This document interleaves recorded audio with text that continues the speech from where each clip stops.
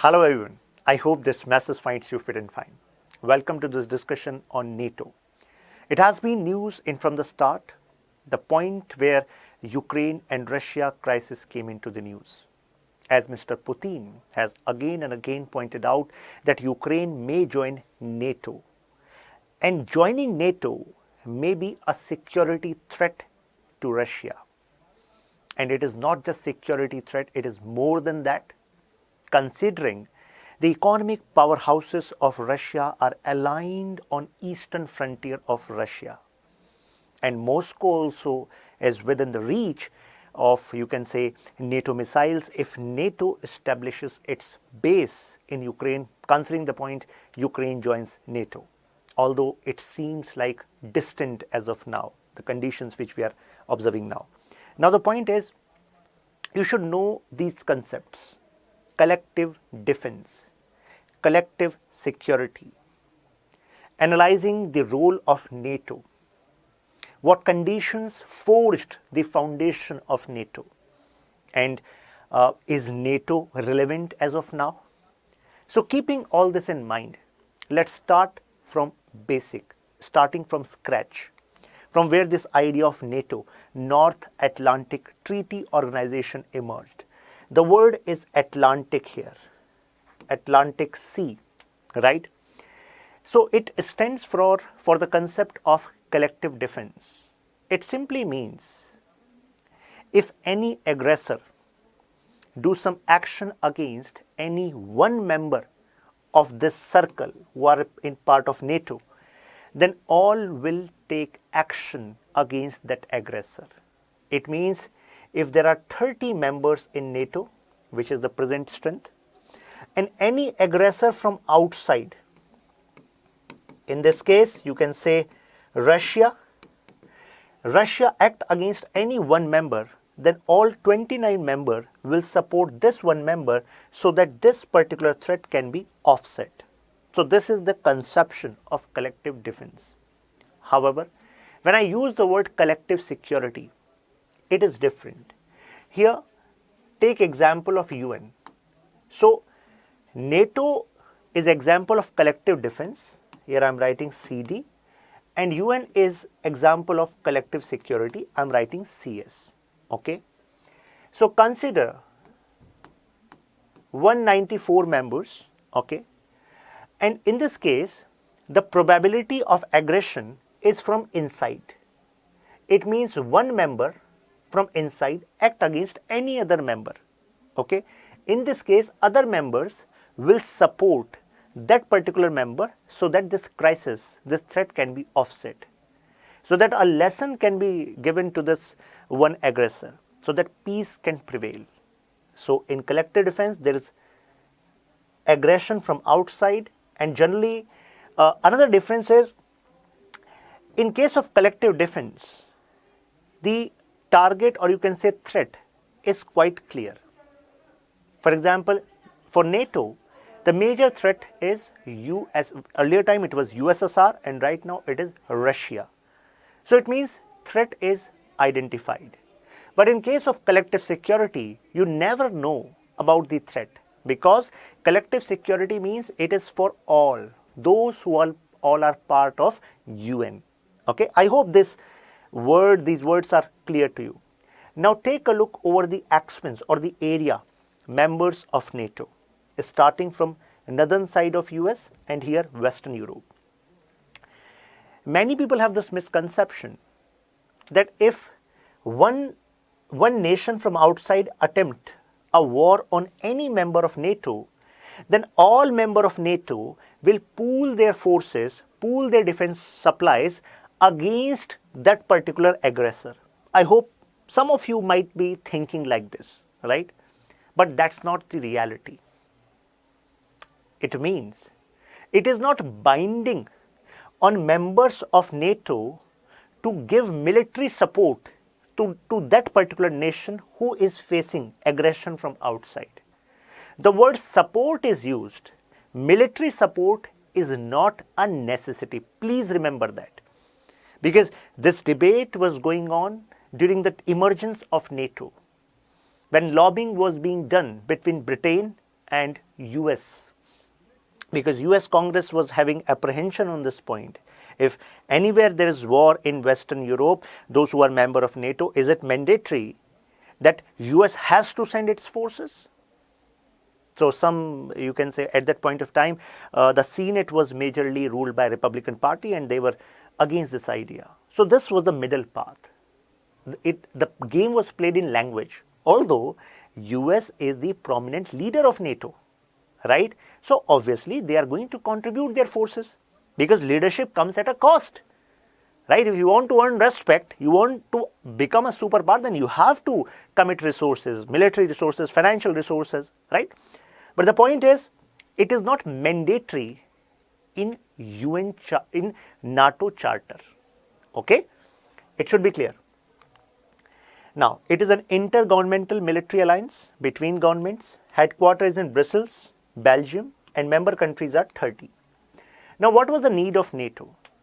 Now, for understanding this, look at the period. We are talking about the period just after World War II. And after World War II, world was divided into two ideological blocks.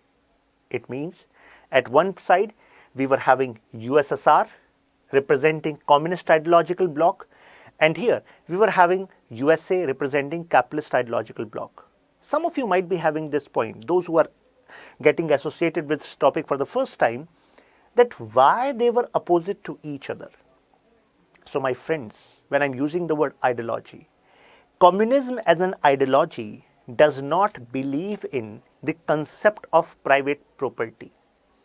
They think this concept of private property leads to accumulation of wealth, and this accumulation of wealth leads to inequality, deprivation, exploitation of others. And the communism as an ideology is based on emancipation of these weaker sections so that they can bring equality coming from the ideas of Marx, although the USSR never followed the ideas of Marx in letter and spirit. That is another game. Now, they say this idea of capitalist, these capitalists are the root cause of exploitation. And that is why US always considered that expansion of communism is existential threat to US. Because these USSR, these power, they have been supporting communist revolution in many countries. And this was not just change of regime, it was also change of in the society, in the concept of right, in the concept of power which can be given to the government. And it was seen that in USSR, be it the rule of Lenin or Stalin, there has been totalitarian regime. It means too much power with the government, which was leading to exploitation of the people. At that point of time, USA was expanding this narrative. If USSR expands or USSR's influence expand, it will be a threat to democratic values. It will be a threat to freedom of speech and expression. It will be a threat to liberal notion of life. And that is why it should be the priority of not just US, also other European nations to stop the expansion of USSR into other territories. Now, if you look into the World War II, both the powers were fighting from the same side. Then how they were fighting from the same side? My friends, because they were having a common enemy. You know, Hitler, Japan, Italy. So Hitler launched war not just against Western European nations. Hitler launched another frontier towards USSR also.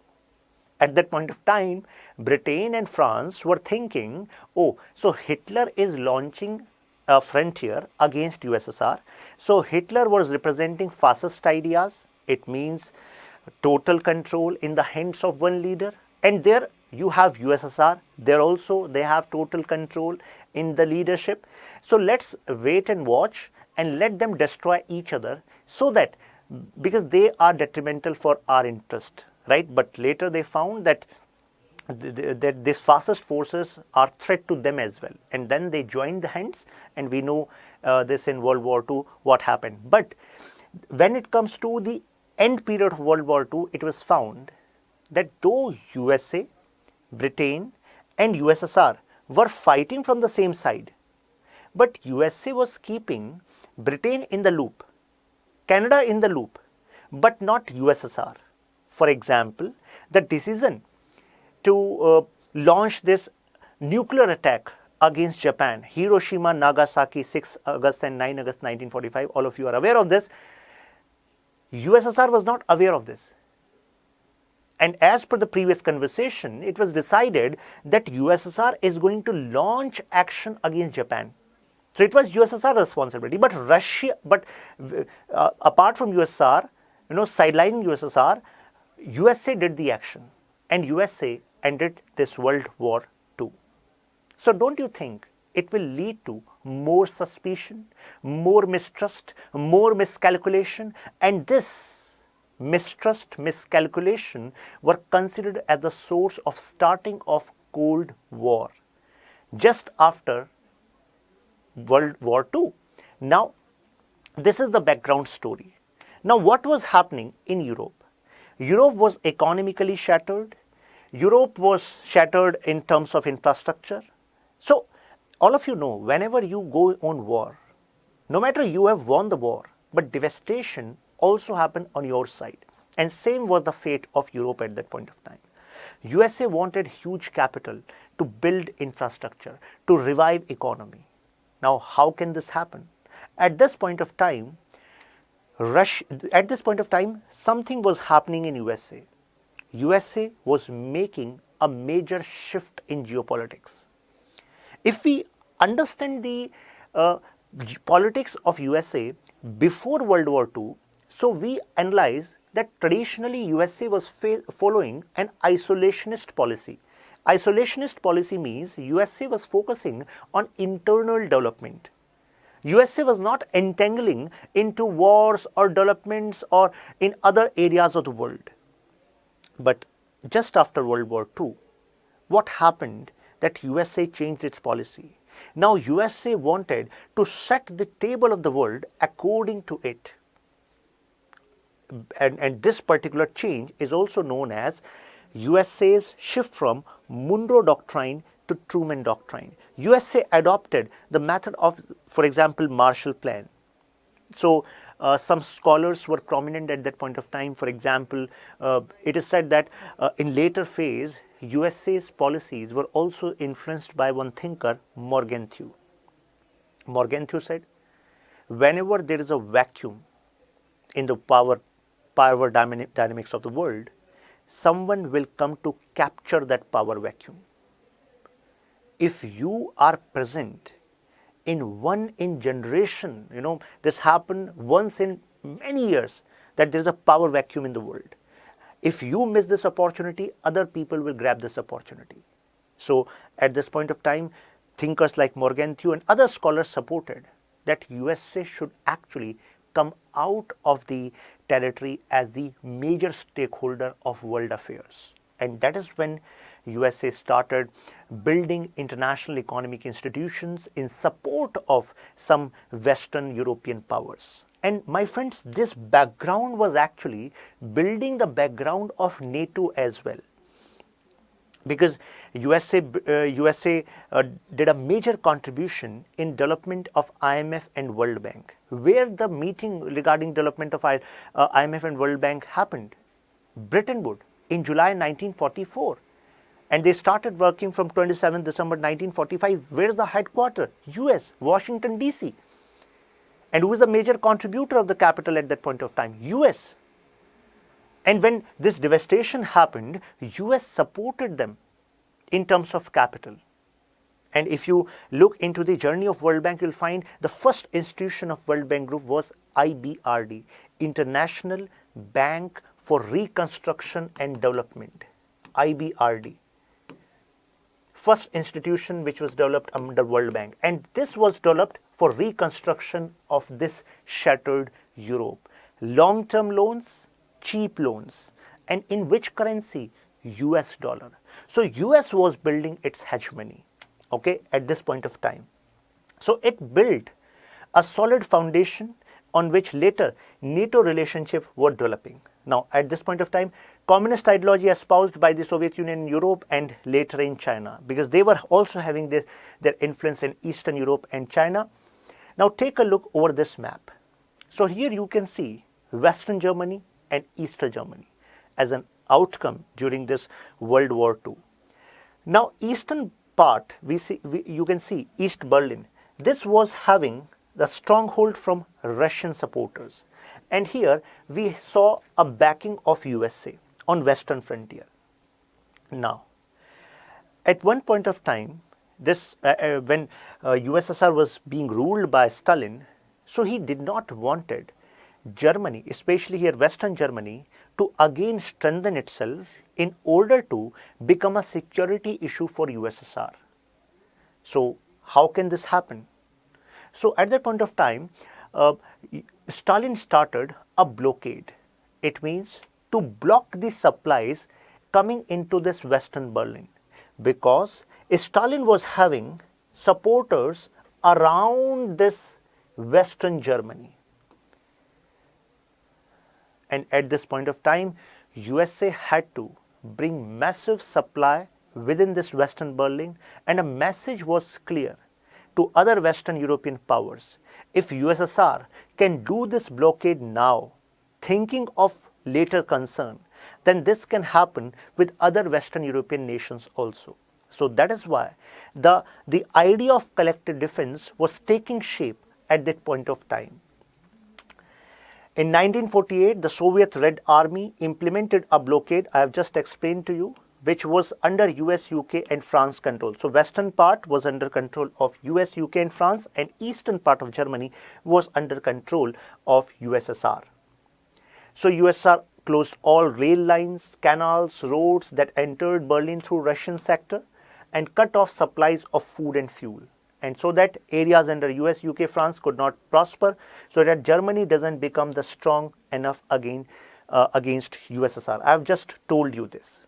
Now, so USA had to bring these supplies because USA was having responsibility there on Western front.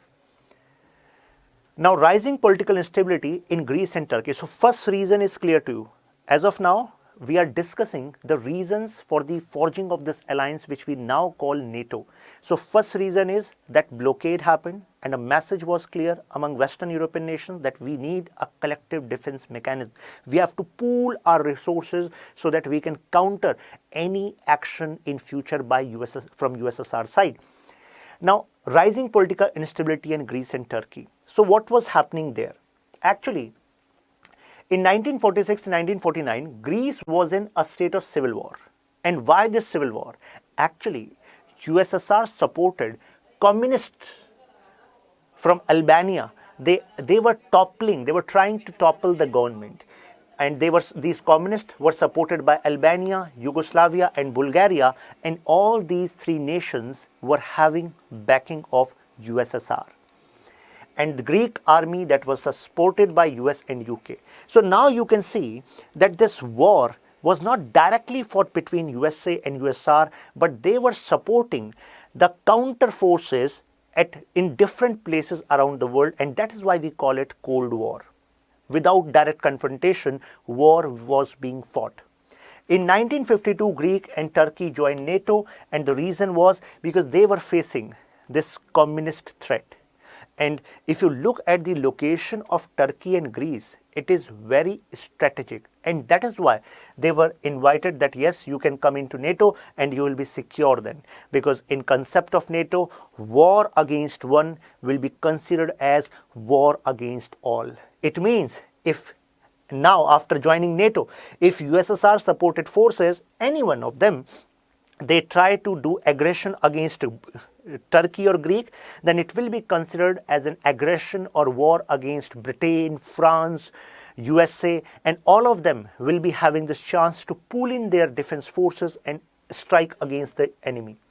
In 1948, Soviet-backed Communist Party Czechoslovakia, they took control of government. This was another threat. And at this point of time, if you look into Italy, what was happening in Italy? Communist Party was getting popular in Italy.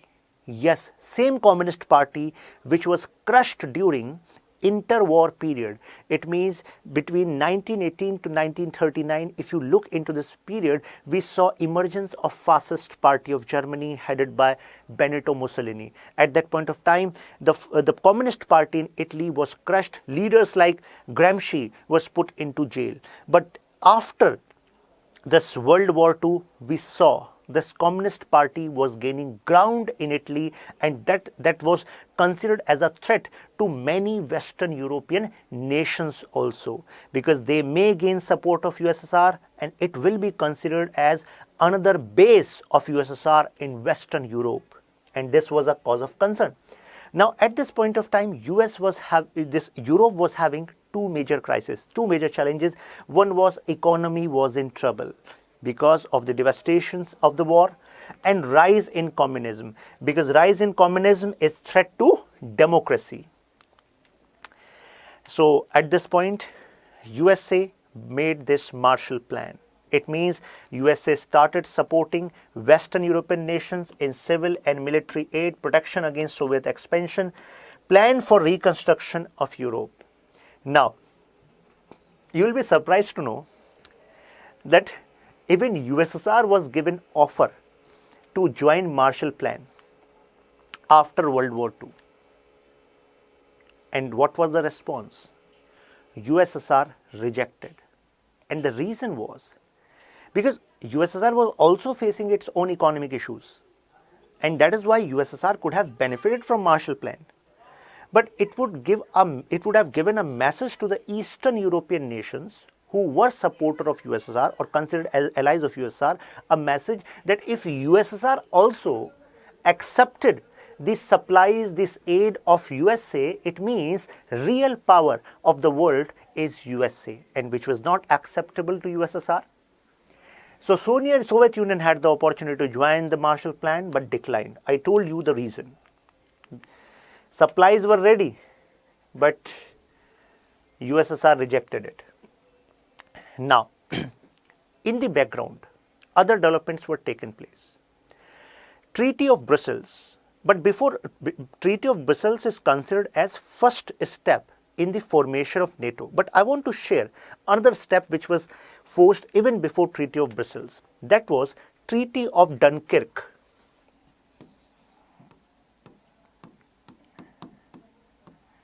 Treaty of Dunkirk. So Treaty of Dunkirk was between UK and France. So actually this was a defense pact between UK and France, that if any one of us faces some adversarial action from any power, mainly USSR, in that case we are going to pool our resources and support each other in case of war. After this Treaty of Dunkirk, there was Treaty of Brussels, and Treaty of Brussels, Benelux Union was added. Benelux. If you search about Benelux Union, you will find that these three nations were added in collectively into this pact with UK and France. And this was again a step as a defense pact. I have not yet used the word collective defense because they were actually finding common ground, but collective defense is a wider term because it emerged from the regional perspective. But by this point of time, there were many powers, many nations in between them who were not yet part of this pact. Okay?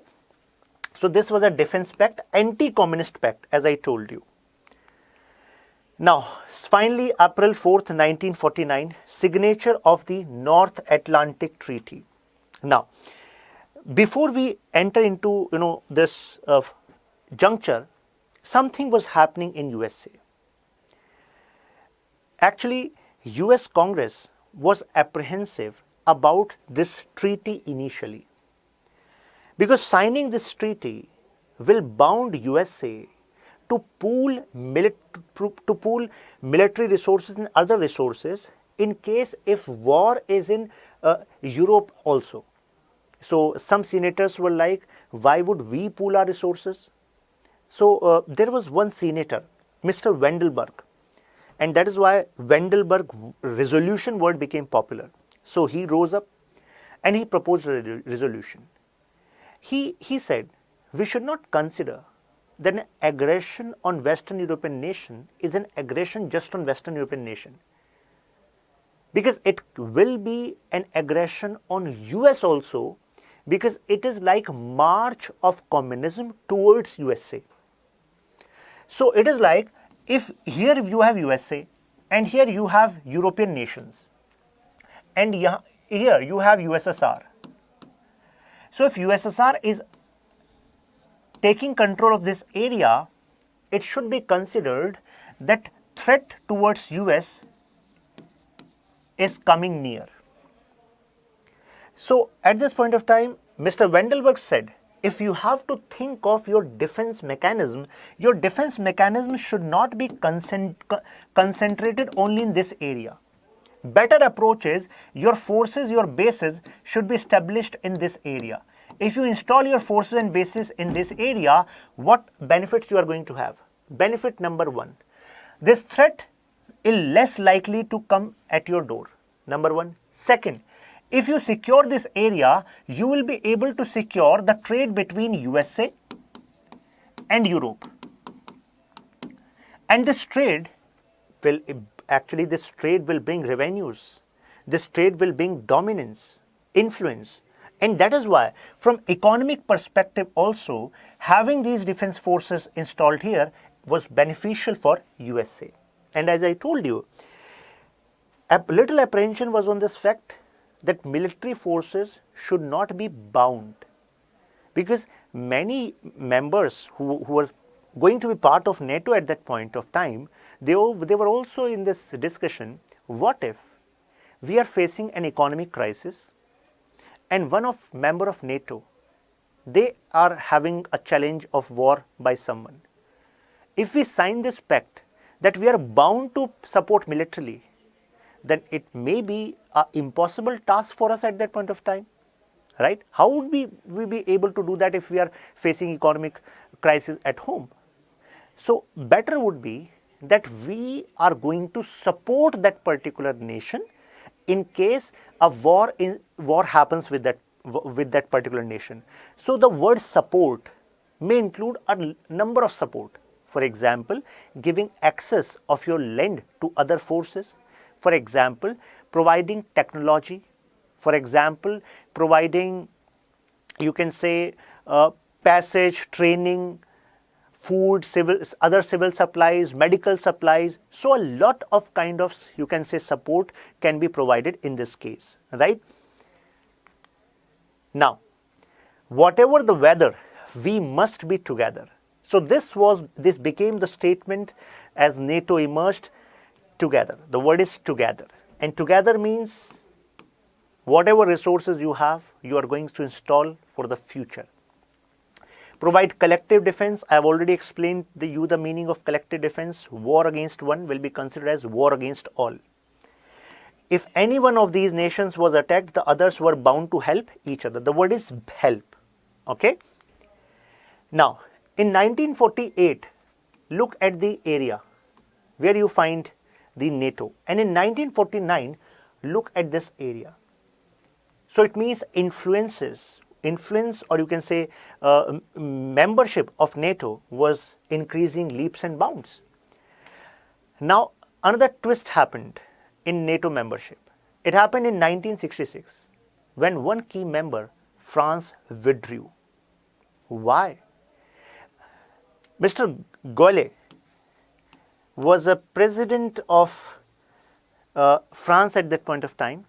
So he wrote a letter to US President and Prime Minister of Britain, and he said that we also pool our resources. We have also given our Navy to function against a common NATO command. But when it comes to influence, US and Britain together are the key decision makers in managing these NATO affairs. So France said, I feel that I am being sidelined. So France president gave an idea, let's have a tripartite directorate of NATO. so that we all three will together manage the crucial affairs of NATO.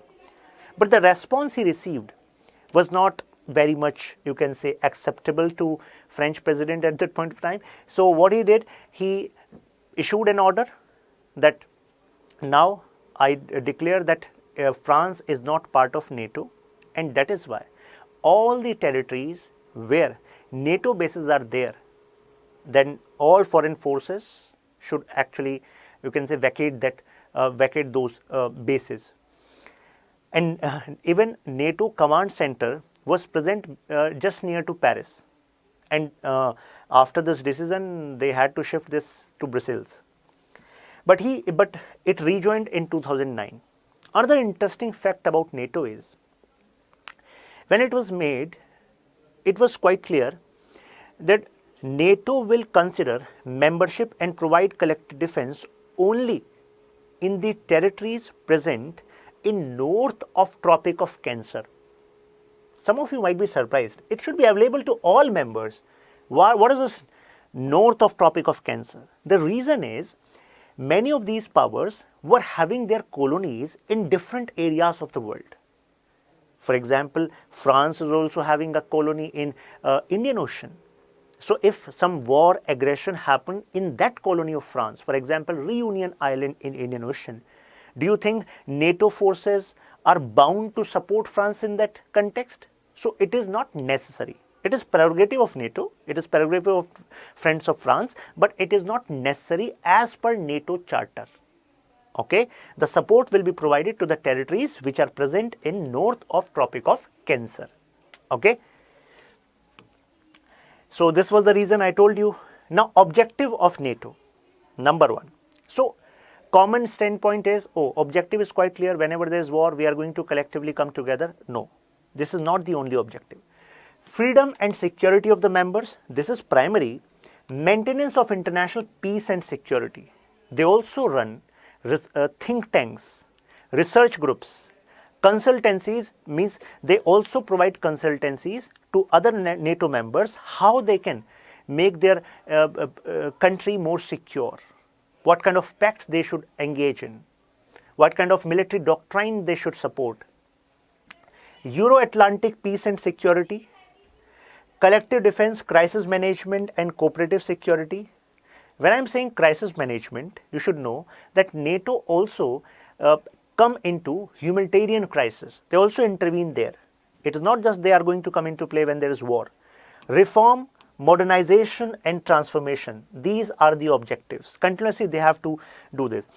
Sometimes students, when they read these words, reform, modernization and transformation, they think these are some bol bachan, which they have to just cram. They don't have any value, truth behind this, but that is not true. For example, if NATO has this objective, reform, modernization and transformation, so they are doing it. For example, if I am saying that NATO stands for collective defense and they have to provide this security, whenever this word security comes, many of you might be having this picture in mind, security means security of territory. No. Security of territory is just one aspect of security. There are different dynamics of security. Maritime security, cyber security, and now we are using this concept of hybrid security, where it is very difficult to identify from which location in the world an attack has been launched against you. You have so many mechanisms in place. Now you don't just have security concern from nations, you have security concerns from hackers, you have security concerns from terrorists, right? So security is a quite wider word, right? Maritime security. And when I say maritime security, do you think maritime security is about that some terrorists should not come from the sea route? No. Maritime security is more than that. It is also about security of the ecosystem. It is also about security of your economic resources which are present in your EEZ. So security as a word is quite elaborate. And for updating yourself regarding these security challenges, don't you think reform, modernization and transformation is necessary? Yes, and that is why time to time NATO headquarters releases these security papers. What kind of threats they are perceiving. What kind of mechanism world should adopt? It's not like they are going to provide this technology or strategy, everything in this research paper, but they provide the kind of challenges which are. For example, the word hybrid security which I use, it was quite popular last year when NATO headquarters said that there are many kind of threats which are emerging in the world which cannot be countered by the conventional military weapons which are there with NATO. Now security cannot be assured just by having some weapons in hand, right? Security as a paradigm has changed a lot, and we should broaden our perspective on security now. Now NATO's role in 4 sectors. First is military and political alliance. It is clear. Word political alliance is used so that like-minded, it means democratic values, trust building, preventing conflict, peaceful resolution of conflicts. These are also areas in which NATO engage. Military interventions if needed. This is like a matter of last resort. Collective defense, attack against one will be considered as an attack against all, was invoked only once in 9/11 attack. Transatlantic links means across Atlantic. On one side you have Europe, other side you have Northern America. Europe plus Northern America, defense and security, crisis management operation. Other is strategic concept, 2010, evolving security environment of the member nations, example cyber security. I've just explained you this strategic concept. That concept of security is evolving. Decade plan will change after 10 years, means what is the plan for this decade, and they are going to change the plan for next decade. Now, when NATO was being formed by US and Western European nations, what was USSR doing? USSR also made a pact. So it is a collective defense mechanism which was supported by USSR. We call it Warsaw Pact. Although it was not having, it did not gain much ground, but the members who signed were Albania, Bulgaria. I hope you are able to recognize the same nations who were supporting communist upheaval in Greece. Now, Czechoslovakia, Germany, Democratic Republic, German Democratic Republic, Hungary, Poland, Romania, and Soviet Union. So now you can see, you have NATO here and you have Warsaw Pact here. So many of you might be thinking, oh, Warsaw Pact seems to be more dominant. It seems like more dominant because this area belongs to one nation, that is Russia. Earlier it was whole USSR, right? Later some Eastern European nations got disintegrated. It got independent. Now 1968 Albania, it actually withdrew from Warsaw Pact, and in 2009 it joined NATO. So earlier it was part of Warsaw Pact on USSR side, now 2009 it joined NATO. Only nation to have withdrew while USSR was busy attacking was Czechoslovakia. The same Czechoslovakia where communist regime was established at one point, but it later withdrew from Warsaw Pact. Berlin Wall fell finally in 1989, and it was a game changer. You can say a geopolitical churning was happening in this time, and there were economic crisis in USSR, political crisis in USSR. Many eastern frontier parts of USSR were demanding independence, and later we saw in 1990 the NATO and Warsaw Pact states sign the Conventional Armed Forces in Europe Treaty so that they can get onto some ground to ensure peace. But in 1991, you know that USSR got disintegrated, and the question was raised whether you need NATO now or not. Now, dissolution of Warsaw Pact happened in 1991. Then what were the reasons? First of all, USSR's annexation policy, which was becoming a costly affair for other members who were part of Warsaw Pact. Then USSR forcefully made countries stay in war pact even when they did not want to. Example, Hungary and Czechoslovakia. They were not happy with the annexation policy, the huge burden. Popular uprising against communism all over the world, because now communism was becoming a bad word due to this events like Great Purge, which happened in USSR under Stalin, and thousands of people lost their life. Means government was killing its own people due to bad policy decisions. Countries started favoring capitalist, and because of its progress. Because if we compare USSR and USA model, and you start questioning some of the leaders of India during the time of independence, that why they were having more inclination towards USSR. USSR failed in 1991. But at the same point of time, you should think, when they were in the chair, they were not aware of what is going to happen next, right? There were great, you can say, sayings, and there were great, you can say, hope from USSR as well, right? But finally we saw USA's model turn out to be better in terms of economic growth, in terms of, you can say, prospects for development. Fall of USSR happened, disintegration happened, and then this was end of Cold War. Now, you should also know, in this period, there were many times when NATO and USSR tried to bring bridge, tried to make bridge and bring solution here. NATO sets up North Atlantic Council of Forum for consultation between NATO members, Eastern European states who were once under the influence of USSR, and the former Soviet republics.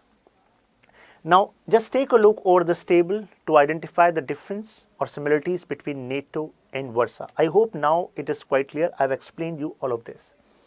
Clear? In 1997, you saw NATO-Russia Permanent Joint Council, because now USSR was not there. And in Russia, the leadership of Yeltsin was going on.